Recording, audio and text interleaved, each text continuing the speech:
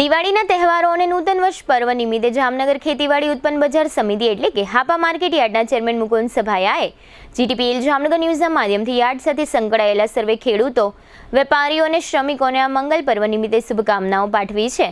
મુકુંદભાઈ સભાયાએ શુભકામનાઓ પાઠવતા જણાવ્યું છે કે સર્વે ખેડૂતો, વેપારીઓ અને શ્રમિકો નૂતન વર્ષમાં પોતપોતાના ધંધામાં પ્રગતિ કરે એવી શુભેચ્છાઓ મુકુંદભાઈ સભાયાએ જીટીપીએલ જામનગર ન્યૂઝના માધ્યમથી વ્યક્ત કરેલી શુભકામનાઓ પ્રસ્તુત છે.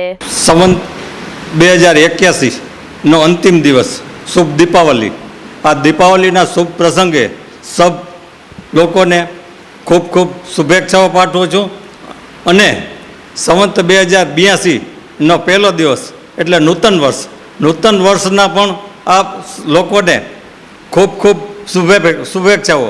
ખેડૂતો, વેપારીઓ અને મજૂરોનું જીવન ખૂબ સુખમય નીવડે, આરોગ્યપદ નીવડે અને વેપાર ધંધામાં ખૂબ પ્રગતિ કરે તેવી શુભકામનાઓ.